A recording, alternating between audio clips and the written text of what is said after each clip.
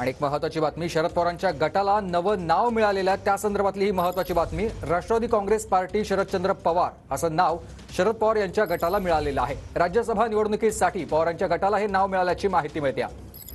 शरद पवार यांच्या गटाला हे नवं नाव मिळालेलं आहे। अत्यंत महत्त्वाची बातमी आपण बघतोय। राष्ट्रवादी काँग्रेस पार्टी शरदचंद्र पवार असं नाव शरद पवार यांच्या गटाला मिळालं आहे। ग्राफिकच्या माध्यमातून आपण बघतोय शरद पवारांच्या गटाला नवं नाव मिळालेलं आहे। राष्ट्रवादी काँग्रेस पक्ष शरदचंद्र पवार असं नाव शरद पवार यांच्या गटाला मिळालेलं आहे। राष्ट्रवादी काँग्रेस पक्ष शरदचंद्र पवार हे नाव आता पवार गटाला मिळालेलं आहे। अजित पवार यांना राष्ट्रवादी पक्ष आणि चिन्ह मिळाल्यानंतर राज्यसभेच्या निवडणुकीसाठी राष्ट्रवादी काँग्रेस पक्ष शरदचंद्र पवार हे नाव शरद पवार यांच्या गटाला मिळालेलं आहे। हे नवीन नाव आता राष्ट्रवादी काँग्रेस पार्टीला मिळालेलं आहे। राज्यसभा निवडणुकीसाठी पवारांच्या गटाला हे नाव मिळालेलं आहे। राष्ट्रवादी काँग्रेस पक्ष शरदचंद्र पवार हे नाव त्यांना मिळालेलं आहे। बघा, कायदेशीर प्रक्रियेतनं जो निर्णय होईल तो होईल।